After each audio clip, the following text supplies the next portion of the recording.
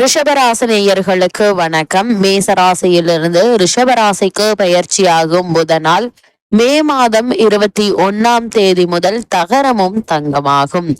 பொன் கிடைத்தாலும் புதன் கிடைக்காது என்பார்கள். அதாவது ரிஷபராசினியர்களுக்கு ஜென்ம ராசியில் சூரியனோடு இணையும் புதனால் என்ன மாதிரியான நன்மைகள் எல்லாம் ஏற்பட இருக்கு, கிரகநிலைகளின் ரீதியாக அமையிருக்கும் சாதகங்கள் என்ன, பாதகங்கள் என்ன, மேலும் என்ன மாதிரியான முன்னேற்றங்கள் எல்லாம் ஏற்பட இருக்கு, குறிப்பா இத்தருணங்கள்ல கிரகங்களுடைய சஞ்சார நிலைகள் என்ன என்று பார்க்கும் போது ரிஷபத்தில் சூரியனும் புதனும் இணைந்து புத ஆதித்ய யோகத்தை உருவாக்குகிறாங்க. அதே போல மிதுன ராசியில் குரு பகவானும், கடகத்தில் செவ்வாய் நீச்சம் பெற்றும், கன்னி ராசியில் சிம்மத்தில் கேதுவும், கும்பத்தில் சனி பகவானும், ராகுவும், மீனத்தில் சுக்கிரன் உச்சம் பெற்றும் சஞ்சரிக்கிறாங்க. இந்த கிரகங்களுடைய சஞ்சார நிலைகளின் காரணமாக ரிஷபராசினியர்களுடைய வாழ்வில் குடும்ப சூழ்நிலை ரீதியாக உத்தியோகம், தொழில், வியாபாரம், கலைத்துறை, அரசியல் துறை, மாணவ மாணவிகள், விவசாய துறையினர், பெண்மணிகள் என அனைவருக்குமே என்ன மாதிரியான முன்னேற்றங்கள் எல்லாம் ஏற்பட இருக்கு என்பது குறித்தான முழுமையான பதிவு தான் இந்த வீடியோல நம்ம விரிவா பார்க்க போகிறோம். அந்த வகையில ரிஷபராசியை சேர்ந்த கிருத்திகை 2ஆம் பாதம் முதல் ரோகிணி, மிருகசுரேஷம் 2ஆம் பாதம் வரை உள்ள நட்சத்திரக்காரர்களுக்கு குடும்ப சூழ்நிலை ரீதியாக தகரமும் தங்கமாகும் என்ற நிலையில் என்ன மாதிரியான நன்மைகள் எல்லாம் உங்களுடைய வாழ்வில் ஏற்பட இருக்கு என்று பார்க்கும் போது உங்களுடைய ராசிக்கு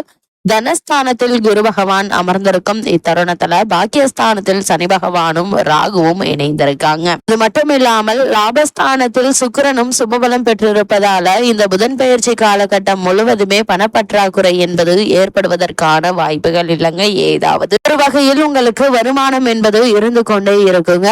இப்படிப்பட்ட காலகட்டங்கள்ல நீங்கள் திட்டமிட்டு செலவு செய்தால் சேமிப்பதற்கு சாத்தியக்கூறுகள் இருக்கு என்பதை கிரகநிலைகள் மீண்டும் மீண்டும் அறிவுறுத்துது. அதே போல குடும்பத்தில் அமைதி நிலவுங்க. சுப நிகழ்ச்சிகள் ஏற்படுவதால் சுப செலவுகள் சற்று அதிகமாகவே இருக்குங்க. சுப செலவுகள் அதிகரிக்கும் பட்சத்தில் கடன் வாங்க வேண்டிய அவசியம் ஏற்படுமா என்று கேட்டீங்கன்னா நிச்சயமாக இல்லைங்க. அதற்கு தகுந்தாற் போல் வருமானமும் இருக்குங்க. செலவுகள் அதிகரிக்குமே தவிர கடன் வாங்க வேண்டிய நிர்பந்தம் ஏற்படாது. அதே போல ரிஷபராசினியர்கள் திருமண சம்பந்தமான முயற்சிகளை மேற்கொள்ள சிறந்த ஒரு தருணமாகவும் இந்த புதன் பெயர்ச்சி அமைஞ்சிருக்குதுங்க. இருந்தாலும் கூட வரனை பற்றி தீர விசாரித்து ஆராய்ந்து அதற்கு பிறகு வரனை நிச்சயிப்பது உங்களுடைய எதிர்கால வாழ்க்கைக்கு நல்லது. ஜென்ம ராசியில் சூரியன் சஞ்சரிப்பதால் உஷ்ண சம்பந்தமான உபாதைகள் ஏற்படுவதற்கான வாய்ப்புகள் இருக்கு. கூடுமான வரைக்கும் வெயிலில் அலைவதை குறைத்துக் கொள்வது அவசியங்க. அதே போல உடலில் உஷ்ணத்தை அதிகரிக்கக்கூடிய உணவுப் பொருட்களை உட்கொள்வதையும் தவிர்ப்பது உங்களுடைய உடல் ஆரோக்கியத்திற்கு மிக மிக நல்லது என்பதை கிரகநிலைகள் மீண்டும் மீண்டும் அறிவுறுத்தது. ராசியில் புதன் சூரியன் இணைந்திருக்கிறார்கள். சில நல்ல பிரயாணங்கள் இந்த தருணங்கள்ல உங்களுக்கு உண்டாக இருக்குதுங்க. ராசிநாதன் லாபஸ்தானத்தில் உச்சம் பெற்றிருப்பது மேலும் சிறப்பு வாய்ந்த ஒரு கிரக சஞ்சாரம் என்றுதாங்க சொல்ல வேண்டும். ராசிநாதன் பலமாக இருப்பதால் எந்த பிரச்சனை வந்தாலும் அதை சமாளித்து வெற்றி காணக்கூடிய ஒரு தருணமா இந்த புதன் பெயர்ச்சி அமைஞ்சிருக்குது. அதே போல இதுவரை ராசியில் இருந்த குரு தனஸ்தானத்தில் இருப்பது சிறப்பான பலன்களை தருங்க. 12க்குரிய செவ்வாய் 3ஆம் இடத்தில் பலம் குறைந்திருப்பதால் விரயங்கள் கட்டுப்படுத்தப்படும். உத்தியோகத்தில் ஒரு சிலருக்கு தற்போது நடைபெற்று வரும் தசாபுக்திகளின் அடிப்படையில நல்ல முன்னேற்றம் உண்டு என்பதையும் கிரகநிலைகள் தெளிவாக அறிவுறுத்துதுங்க. அதே போல பொது வாழ்வில் உள்ளவர்கள் கௌரவமான பதவியை பெற இருக்கீங்க. மாணவர்களுக்கு விரும்பிய துறை கிடைக்குங்க. தொழில் ஸ்தானத்தில் உள்ள சனி ராகுவை குரு பார்வையிடுவதால் தொழிலில் உள்ள சிக்கல்கள் மறையுங்க. சுய தொழில் தொடங்கும் முயற்சியில் ஆர்வம் காட்டக்கூடிய தருணமா தான் இந்த புதன் பெயர்ச்சி அமைஞ்சிருக்குது என்பதை கிரகநிலைகள் தெளிவாக உறுதியளிக்குது. அதே போல ரிஷபராசியை சேர்ந்த உத்தியோகஸ்தர்களுக்கு இந்த புதன் பெயர்ச்சி காலகட்டங்கள்ல நகரமும் தங்கமாகும் என்ற நிலையில் என்ன மாதிரியான நன்மைகள் எல்லாம் ஏற்பட இருக்கு என்று பார்க்கும்போது ஜீவனஸ்தானத்தில் ஜீவனக்காரகரான சனி பகவான் ராகுவுடன் இணைந்திருப்பதால பொறுப்புகளும் பணிச்சுமையும் அதிகமாக தாங்க இருக்கும். இருந்தாலும் கூட அதற்கு தகுந்த ஊதியமும் கிடைக்க இருக்கு. தற்போது உங்களுக்கு நடைபெற்று வரும் தசாபுக்திகள் சாதகமாக இருக்கும் பட்சத்தில் ஊதிய உயர்வு கிடைப்பதற்கு சாத்தியக்கூறுகள் இருக்குதுங்க. வெளிநாடு சென்று நீ ஆற்ற வேண்டும் என்ற ஆர்வம் இருந்துச்சு அப்படின்னா அதற்கான பூர்வாங்க முயற்சிகள்ல தற்போது நீங்கள் தாராளமாக முயற்சிக்கலாங்க. சிறு முயற்சியிலேயே நிச்சயம் வெற்றி கிடைக்கும் என்பதுல எந்த ஒரு சந்தேகமுமே கிடையாது. போல ரிஷபராசியை சேர்ந்த உத்தியோகஸ்தர்கள் தற்காலிக பணிகள்ல உள்ள அன்பர்களுக்கு வேலை நிரந்தரமாக இருக்கு. அதே போல் புதிதாக வேலைக்கு முயற்சித்து வரும் ரிஷபராசினியர்களுக்கு ஒரு சிறு முயற்சியிலேயே நல்ல ஒரு நிறுவனத்தில் நல்ல ஒரு ஊதியத்துடன் கூடிய வேலை கிடைக்க இருக்குங்க. அதற்கான முயற்சிகளை நீங்கள் தற்போது தாராளமாக மேற்கொள்ளலாம் என்பதை கிரகநிலைகள் தெளிவாக உறுதியளிக்குது. ரிஷப ராசியை சேர்ந்த தொழில் மற்றும் வியாபாரம் செய்பவர்களுக்கு இந்த புதன் பெயர்ச்சி தருணங்கள்ல மேலும் என்ன மாதிரியான முன்னேற்றங்கள் உங்களுடைய வாழ்வில் ஏற்பட இருக்கு என்று பார்க்கும்போது காலகட்டத்தை பொறுத்த வரைக்கும் வர்த்தகத்துறையும் சனி பகவானுடைய கைகள்ல தாங்க இருக்குது. உற்பத்தியை தைரியமாக நீங்கள் அதிகரித்துக் கொள்ளலாம். சந்தை நிலவரம் சாதகமாக இருக்குங்க. புதிய விற்பனை நிலையங்கள் திறப்பதற்கு சாதகமாக அமைஞ்சிருக்குதுங்க இந்த புதன் பெயர்ச்சி.